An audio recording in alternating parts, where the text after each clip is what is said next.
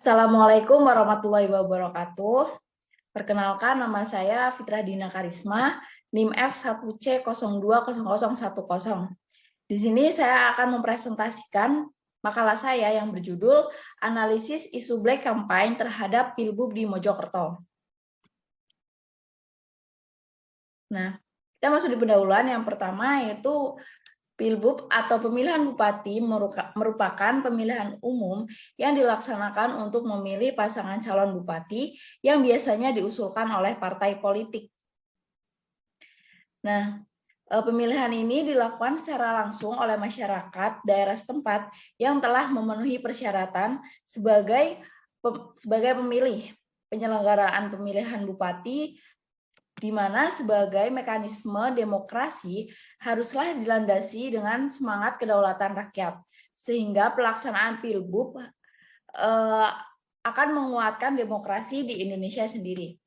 Partisipasi partai politik dan masyarakat sangat berpengaruh terhadap pelaksanaan Pilbub. Pesta demokrasi ini tentu membutuhkan dukungan yang besar dari masyarakat. Pasalnya pelaksanaan Pilbub tersebut dipilih langsung oleh masyarakat.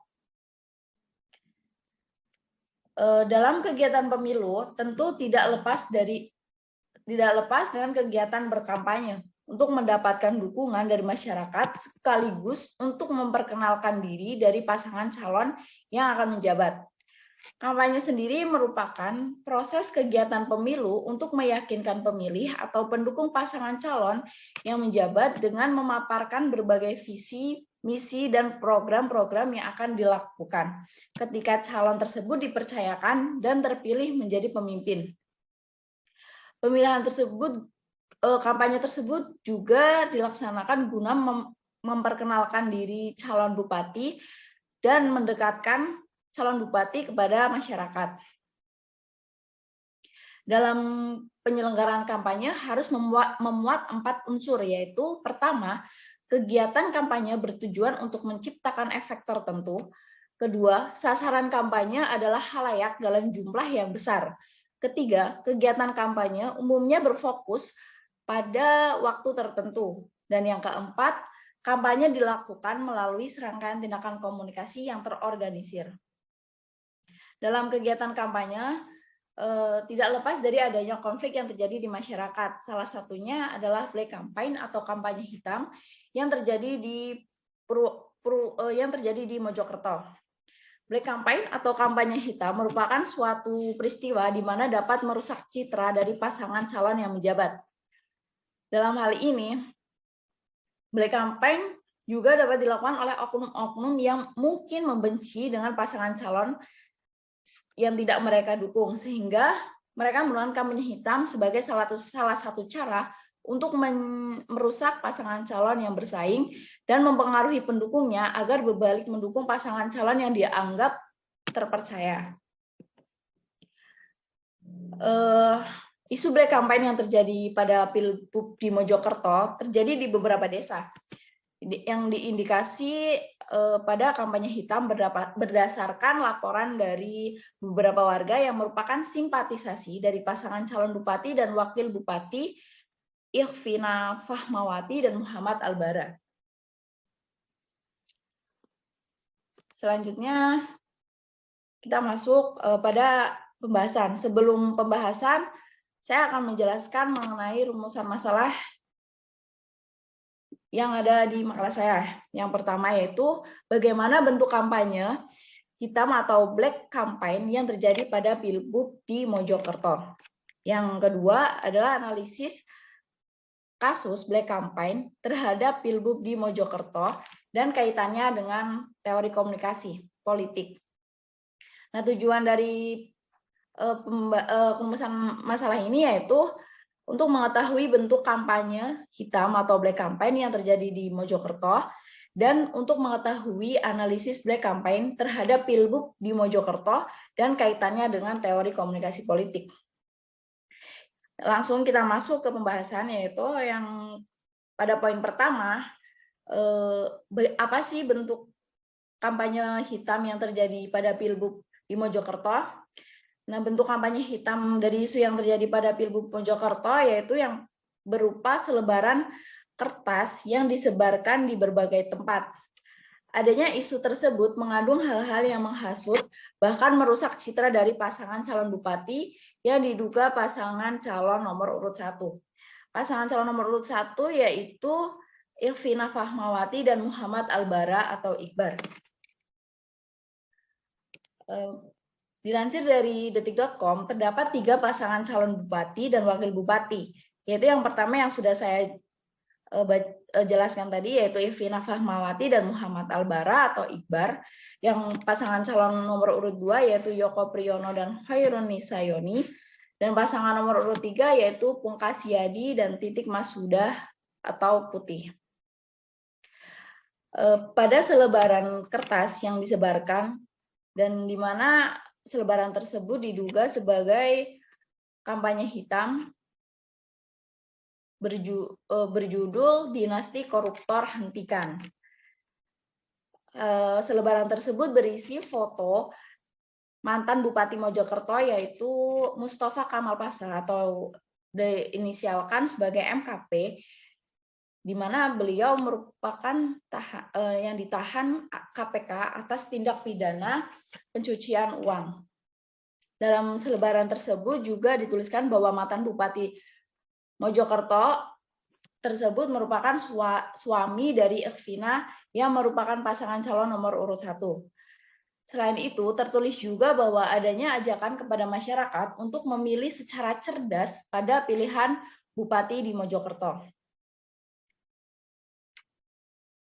Selanjutnya, nah ini merupakan bukti dugaan selebaran yang mengarah pada kampanye hitam yang terjadi pada Pilbub di Mojokerto. Namun pendukung dari pasangan calon bupati nomor urut 1 tidak tinggal diam saja. Mereka melaporkan kejadian tersebut kepada Ketua Bawaslu Kabupaten Mojokerto yang pada awalnya dibawa terlebih dahulu kepada Kepala Desa agar tidak menimbulkan kericuhan di masyarakat. Oknum-oknum ini terlapor terdapat 5 pelaku yang menyudutkan pasangan nomor urut 1. Menurut laporan tersebut bahwa 5 pelaku tersebut tidak berinisiatif untuk melakukan penyebaran selebaran tersebut, akan tetapi mereka menyebarkan selebaran kertas tersebut atas dasar adanya pihak dari belakang aksi mereka untuk melakukan aksinya.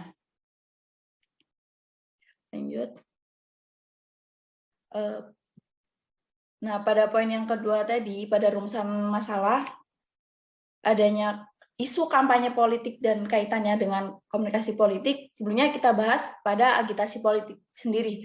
Agitasi politik merupakan upaya untuk menggerakkan massa, baik lisan maupun tulisan, yang dapat membangkitkan khalayak. Agitasi politik ini tidak begitu memaksa, namun menimbulkan kegelisahan. Pada peristiwa Pilbub di Mojokerto ini, beberapa masyarakat merasa gelisah, sehingga melaporkan hal tersebut kepada pihak kelurahan. Memang tanpa disadari, meskipun menggunakan selebaran kertas, namun dapat menimbulkan dampak yang negatif terhadap pengaruh dari masyarakat itu. Nah, kaitannya dengan teror komunikasi politik, yang pertama yaitu teori jarum hipodermik. Teori jarum hipodermik merupakan teori yang mengarah pada bahwa khalayak pasif atau tidak berdaya ketika menerima pesan dari komunikator. Pada teori jarum hipodermik ini, media massa memberikan pengaruh yang cukup kuat untuk mempengaruhi khalayak. Nah, pada kasus pemilihan bupati di Mojokerto, media massa yang digunakan dalam kasus tersebut berupa media cetak dengan selebaran yang berisi mengenai pasangan calon nomor urut 1 yang mengarah pada menyudutkan pasangan calon tersebut, sehingga pada isi selebaran tersebut mengajak atau menghimbau agar masyarakat untuk dapat memilih calon bupati secara cerdas. Kemudian halayak bisa saja terpengaruh dengan selebaran yang disebarkan oleh para pelaku yang dianggap melakukan kampanye hitam dengan selebaran yang disebarkan oleh mereka. Teori yang kedua yaitu teori halayak kepala batu atau the obstinate audience theory.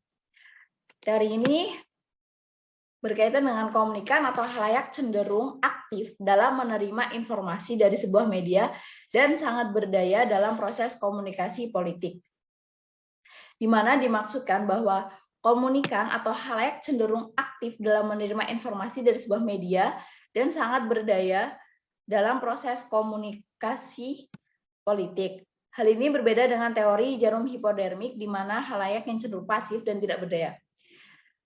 Dari pengertian tersebut dapat dianalisis bahwa kecenderungan keaktifan dari halayak melihat isu pemilihan bupati di Mojokerto tentang kampanye hitam sangat cepat tanggap pada isu black campaign yang terjadi di Pilbub Mojokerto. Terdapat media cetak berupa selebaran yang mengarah pada penyerangan pasangan calon bupati dan nomor urut 1. Terdapat simpatisasi yang justru tidak sekedar menerima saja, akan tetapi melaporkan hal tersebut kepada pihak kepala desa. Karena hal ini dianggap meresahkan masyarakat yang mendukung pasangan calon tersebut. Mereka menganggap dengan melaporkannya kepada kepala desa akan mengurangi kericuhan di masyarakat, yang pada dasarnya mereka menolak akan pemberitaan tersebut dengan merusak citra serta reputasi dari pasangan calon nomor urut 1.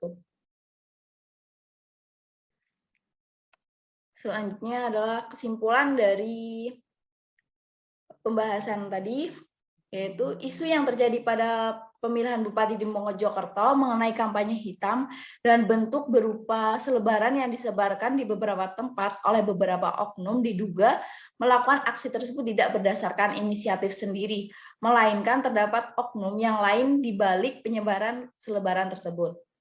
Penyebaran selebaran yang diduga mengarah pada kampanye hitam tidak ada yang diseret pada ranah tindak pidana, dikarenakan menurut pakar bahasa, hal tersebut lebih condong pada kampanye negatif.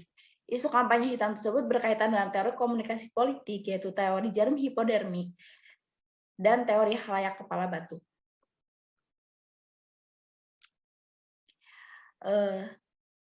Berdasarkan dari kesimpulan, maka dapat diambil saran, yaitu isu kampanye hitam dapat dihindari karena hal ini akan berdampak pada reputasi dan citra dari pasangan calon kepala daerah dan hilangnya kepercayaan dari masyarakat.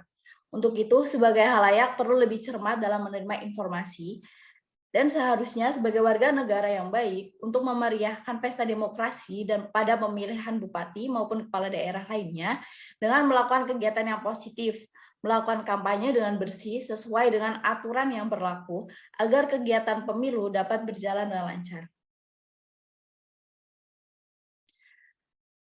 Sekian presentasi dari saya. Mohon maaf apabila terdapat kesalahan atau kekeliruan, karena kesempurnaan hanya milik Allah. Terima kasih. Wassalamualaikum warahmatullahi wabarakatuh.